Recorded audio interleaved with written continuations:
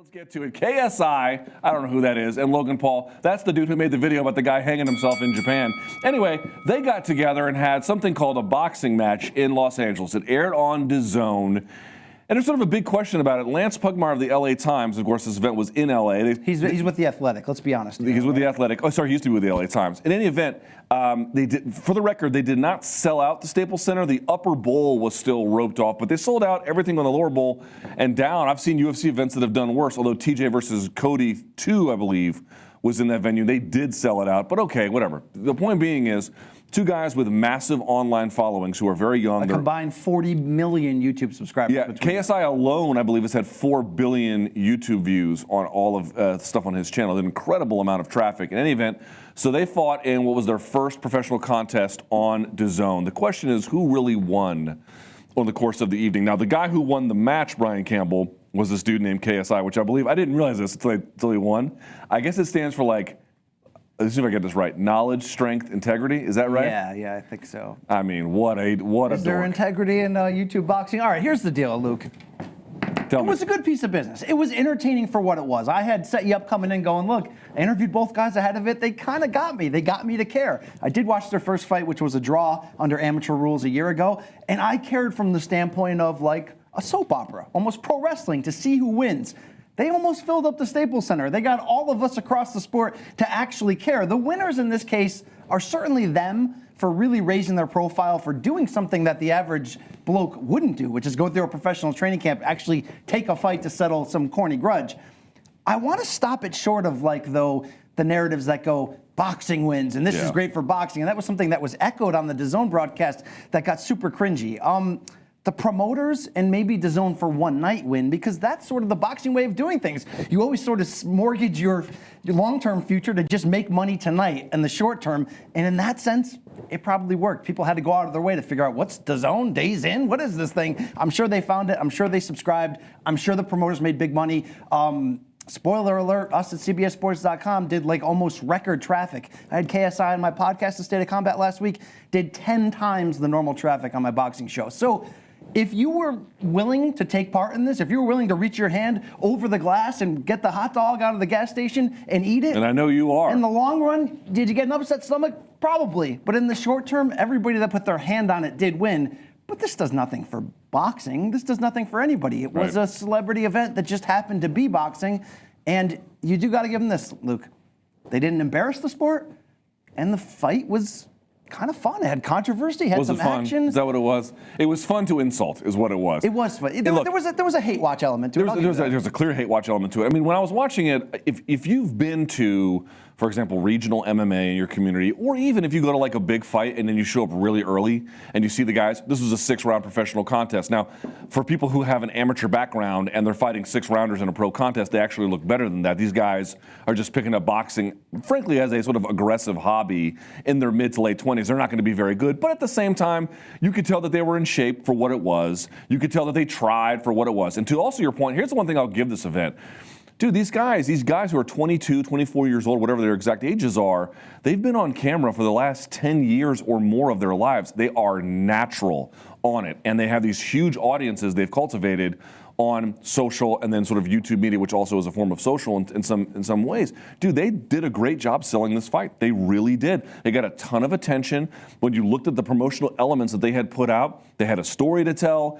They had a reason for you to like invest in one or the other. There was something unresolved that you had to see. Like, they did a pretty good job. The problem was, in the end, it was just a bad fight. And not that it's a bad fight because they didn't try. It's a bad fight because it's two guys who can't fucking box, okay? Yeah, you want to be blunt, it is. But here, the thing that got me was like, who was the big winner? In some ways, certainly in the short term, DAZN's the winner because, as I mentioned before, ESPN Plus is a growing and important business for ESPN, but it is still sort of a bit of a secondary effort for them. It may be the long-term primary effort, but for right now, linear television is the way that it goes. Also, they have ESPN channels. ESPN Plus is an addendum. DAZN does not have a DAZN channel that you can get on Comcast or DirecTV. That's all they have. So getting some kind of business awareness for them is truly paramount. This is a great way to do it. So if they were doing this to raise visibility for their business, you sort of get it. What I object to is the obvious lie that this was good for boxing. It wasn't bad for boxing. It just had nothing to do with boxing, right? This is the point. These two guys could have settled their beef. I mentioned this on Twitter with the burrito eating contest, or who could scale an American Ninja Warrior course faster, or arm wrestling, or slap fight. But I got to stop you. But nobody would have cared, though, Luke. I don't believe that even a little bit. They might have cared a little bit more given some of the graver stakes of boxing. We talk about the hate watch element. But you want to see them get hurt if you hate the idea of this. Yes, a little bit, of course. Had to be a little danger to them. I understand. But the point being is, if you think about how real boxing fans are created, it's almost like, yes, you can kind of teach somebody to be one. There is an element to that. But usually, man, and I know this is true for you, it's a bug. It's an infestation. Once you feel it, you can't really undo it. You had a bunch of 15-year-old girls there. They're not going to like boxing. You had people who just wanted to see some kind of petty, and it was petty, dispute settled. Boxing is a reasonable way to do it.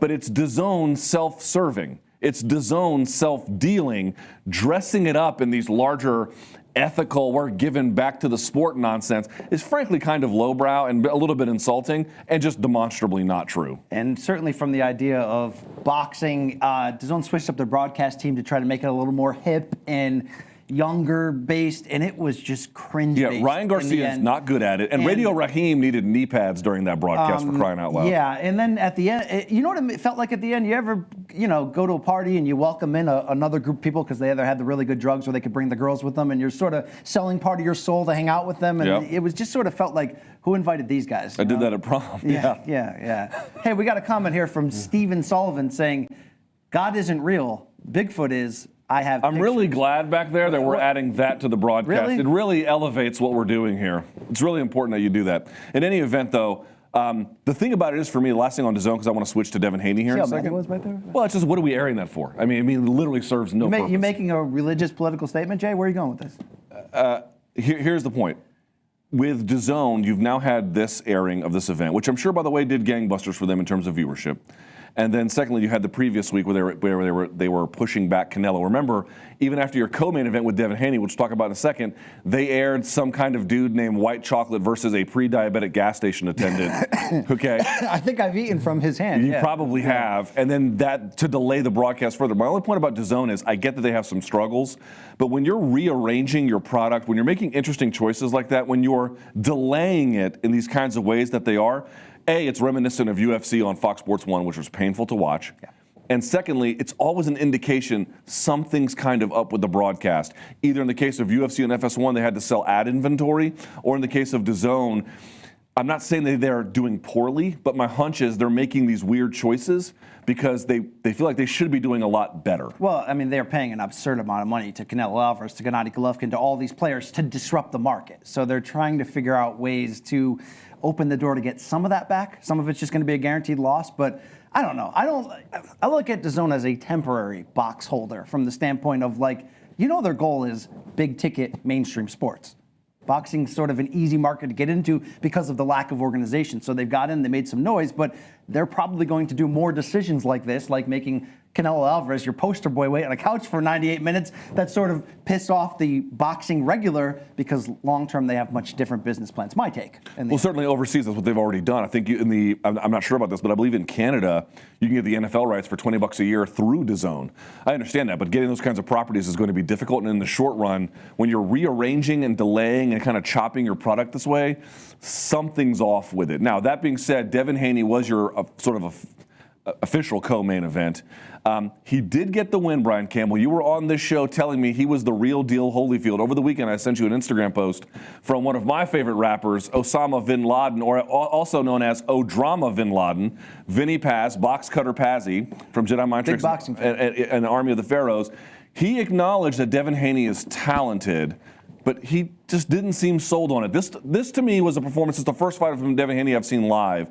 He's clearly gifted. I did not, in any shape, way, or form, get the feeling that this was a guy who was going to give Lomachenko a run for his money. Not anytime soon. It was a little bit. What am I missing here? It was a little bit sobering, this performance, and I think it's the same thing as if he had gone in there against a hapless opponent and blew him away in 30 seconds. It would be like, okay, he's probably not that good, and he's certainly not that. What word are you going to use to describe a performance in which he did knock down his opponent and he did win every single round on all three scorecards? But I do acknowledge, from what Vinny Paz is saying and what you were essentially teasing and alluding to, that it wasn't the showcase opportunity it could have been. Why did boxers such as Billy Joe Saunders and Devin Haney sort of rush at the idea of being on this undercard and jumping in the pool with the KSIs and Logan Pauls? They want a bit of that audience. They want to get that rub. This wasn't the performance from Devin Haney to sort of announce that at 20 years old, he's the complete package. He's the next Mayweather. He does have an incredible backstory. He is sort of been gifted the WBC titles, is trying to get in line to actually face Lomachenko, the WBC franchise champion. No, that performance did not tell you that he's ready. It was almost sort of a lateral / step back in the end. I don't think it's enough. It was a step back. I don't think it's enough where you can damn him for all those things I just said. It just wasn't, look, sometimes that's matchmaking. They put him in there with an unbeaten guy who was hungry and who appeared to me from a body language standpoint unafraid of him. Yes. And so I think that kind of threw him off a little bit. It made him a little bit more defensive early. He only came on strong later. Certainly a failure from the idea of all these nerds in the crowd who game and play YouTube and all, and follow KSI around. Right. Those people are not going to be like, oh my God, I got to see. Right. So this is my last point about this, and then we'll move on, which was DAZN be like, oh, this is good for boxing. It's not bad for boxing. It's not good for boxing. And boxing was just a conduit to settle some stupid internet beef. So I don't really care about in that sense. But the other part was, you saw, I think, Eddie Hearn saying, oh, well, Devin Haney and Billy Joe Saunders got a huge boost in visibility. I want to see what it actually results in. Does it materially or meaningfully change the careers of the next big fights for Billy Joe Saunders or Devin Haney? If the answer is it didn't, then just say what it was. Eddie Hearn wanted to make money, and there's nothing wrong with that, and DAZN wanted to get some cheap views, and I get it. But it's got nothing to do with boxing beyond that. Look, boxing sells its soul all the time. This is where they sort of lent out their soul for someone else to use it a little bit. It's business. It's a sleazy transaction. It is what it was. It was kind of fun in the end, depending if you wanted to hate watch it or actually enjoy the drama. By the way, how about Jack Get Off My Lawn Reese, the referee, taking 2 points away in a 6-round fight? You didn't get into that at all and care? A little bit, because his eventual explanation was not so bad. These guys don't know the rules. Which was he wanted to level the playing field between the knockdown and then the rabbit punch. So his answer was, you let the knockdown count, but then I'll take 2 points. What he didn't want to do was let him hit the guy, plus he knocks him down that way. He also cost KSI a knockdown earlier in that fight. Here's what I know. I don't give a shit about two guys with 1-0 and 0-1 careers in the 6-round fight.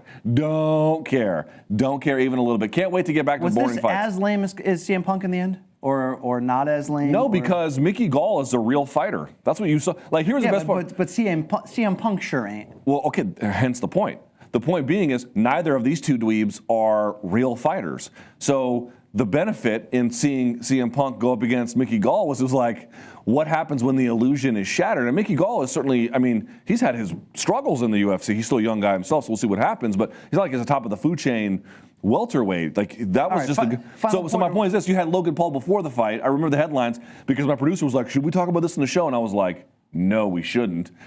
Logan Paul being like, I want to call out, when I win, I want to go to the UFC. Dude, serious question. We know Dylan Dennis would pretzel him on the ground. I think he might outstrike him on the feet. He had really nothing more than a jab.